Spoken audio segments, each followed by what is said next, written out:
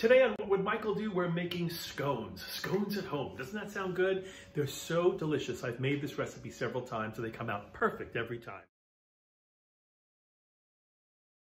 You're not going to believe the secret ingredient.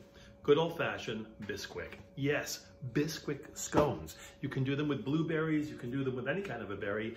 I'm using currants, which is basically like a baby raisin. And they're really classic for a high tea, which I'm also doing.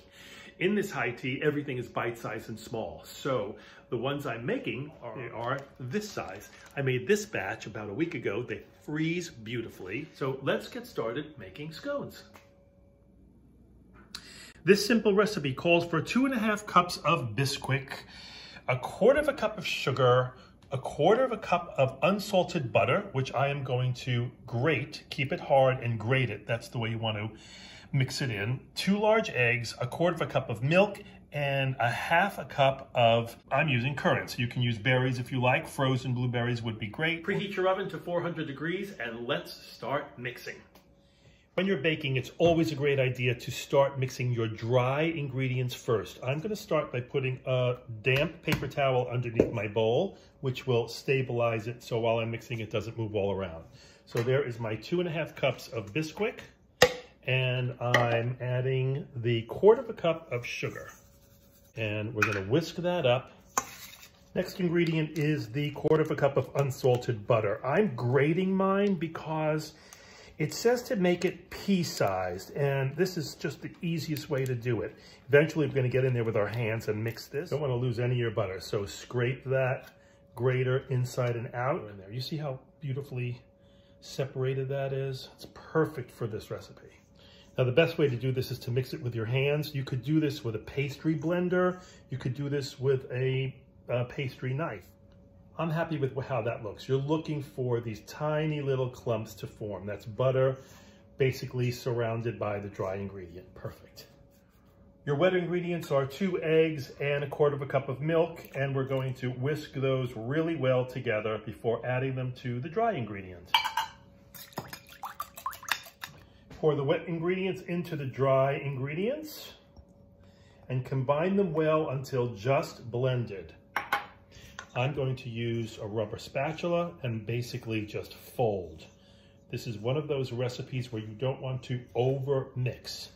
So just fold it in. It becomes a batter. It's like dough, but not fully mixed yet. Fold in our currants or berries if you're using frozen berries. Gently fold.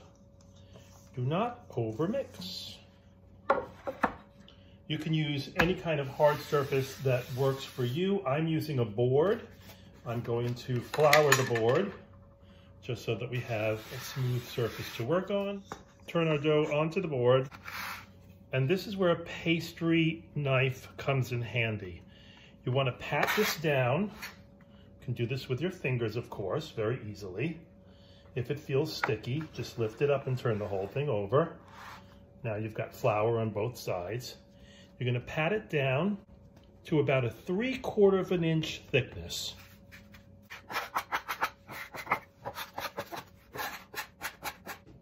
Again, when it gets too sticky, flip it over. Let's give it a measure. That is a perfect 3/4 inch high. So I want to make these edges nice and tight.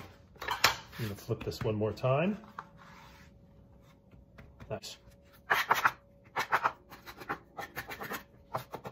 I'm going to cut this whole square right in half, and I'm going to cut those halves into halves. So I have 4/4. Now I'm going to cut those on an angle and make triangles. And then we're going to cut those triangles in half. This recipe makes 16 perfect scones. That's the shape and size that you're going for. Because I'm doing a high tea and I want a lot of mini bite-sized things, I'm cutting these in half one more time. So 16 will become 32. 32. I'm going to mix one more egg with just a splash of milk or cream, whatever you have on hand. And this is to create a little glaze. I'd like to add some crystallized Demerara sugar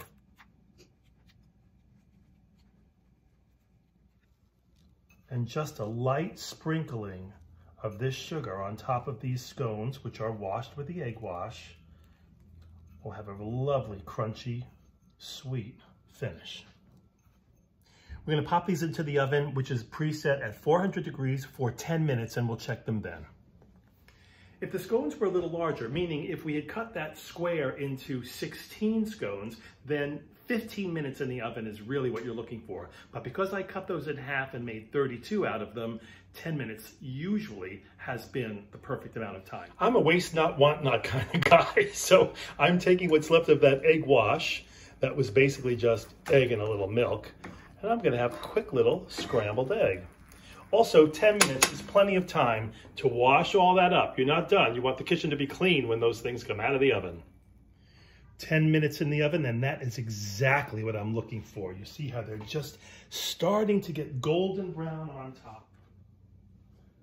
Perfect.